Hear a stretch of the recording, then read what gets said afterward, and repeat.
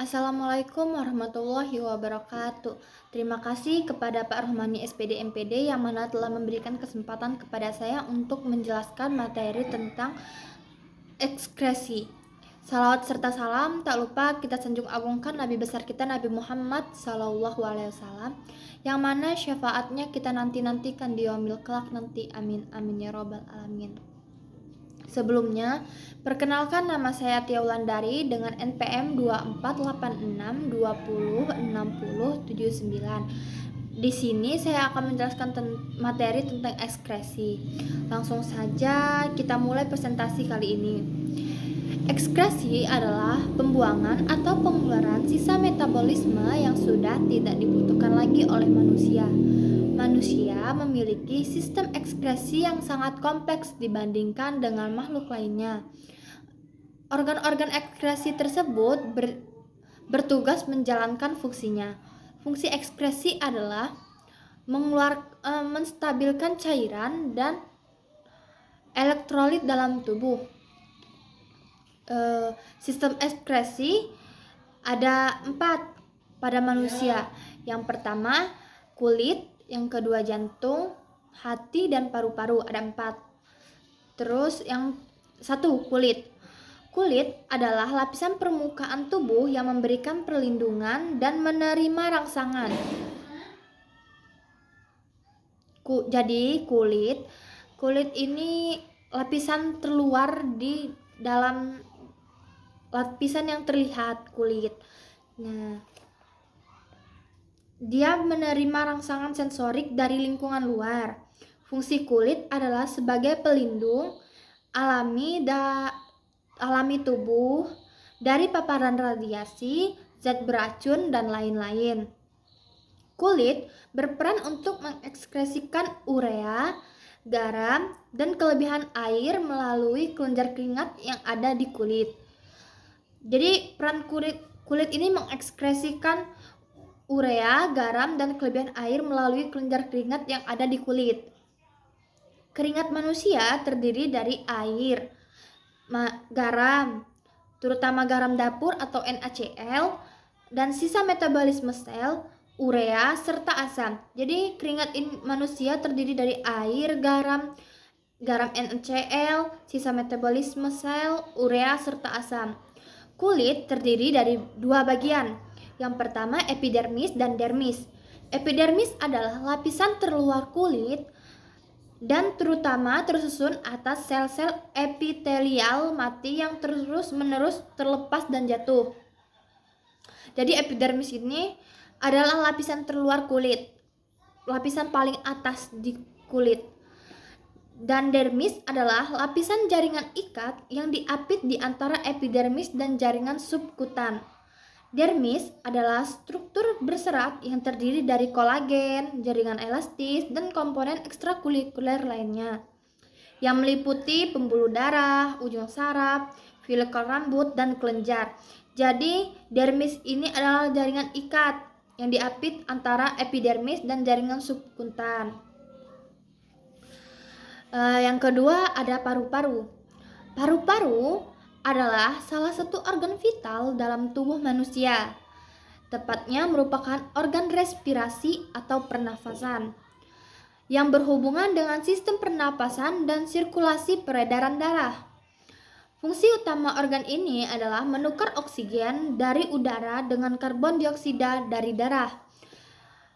Paru-paru merupakan organ ekskresi yang berperan dalam mengeluarkan karbon dioksida atau CO2 dan uap air atau H2O yang dihasilkan dari respirasi.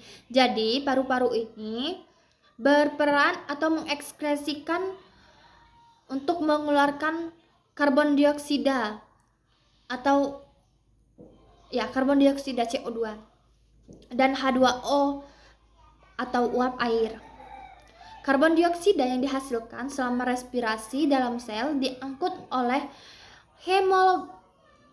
hemoglobin dalam darah.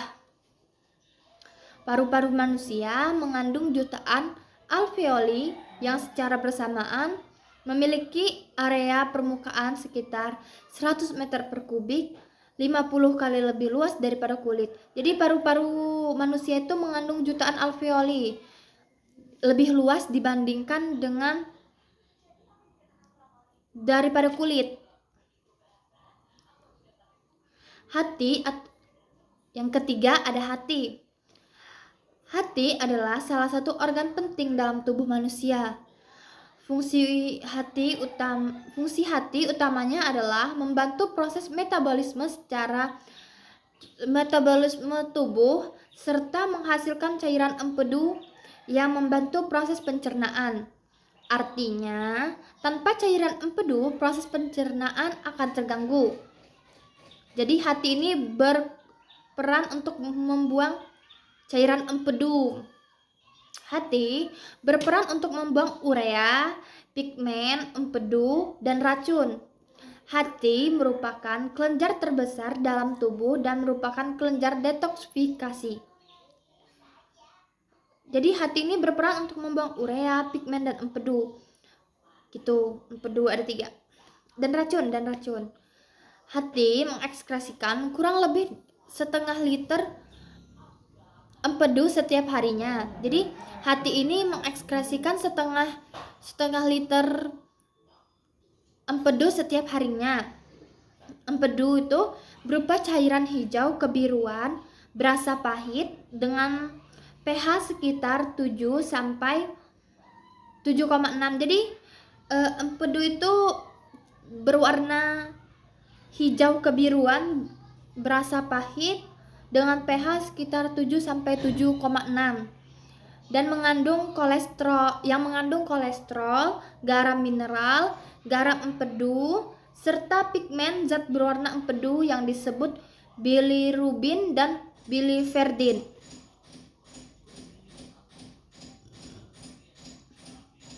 Jadi empedu ini mengandung kolesterol, garam mineral, garam empedu, serta pigmen zat berwarna yang disebut bilirubin dan biliverdin. Empedu berasal dari perombakan sel darah merah atau eritrosit yang telah tua dan rusak di dalam hati. Jadi empedu ini berasal dari perombakan sel darah merah.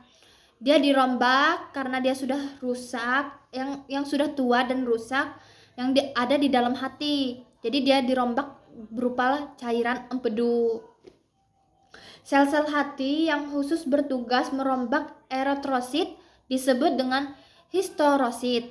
Jadi eritrosit ini, yang sel-sel eritrosit yang bertugas untuk merombak itu disebut historosit. Yang keempat ada ginjal.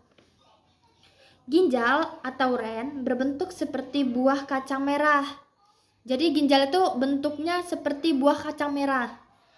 Ginjal terletak di antara kanan dan kiri. Ginjal itu ada 2 buah. Dia terletak di kanan dan kiri di tulang pinggang, yaitu di dalam rongga perut pada dinding tubuh dorsal. Ginjal berjumlah 2 buah dan berwarna merah keunguan. Jadi ginjal ini ada 2, berwarna merah keunguan dan terletak di antara kanan dan kiri tubuh. Ginjal sebelah kiri terletak agak lebih tinggi daripada ginjal sebelah kanan. Jadi ginjalnya itu ada 2, kanan dan kiri, tapi berbentuk lebih tinggilah ginjal sebelah kiri dibandingkan dengan ginjal sebelah kanan. Sebuah saluran sempit yang disebut ureter terdapat di setiap ginjal. Jadi ureter itu terdapat di setiap ginjal.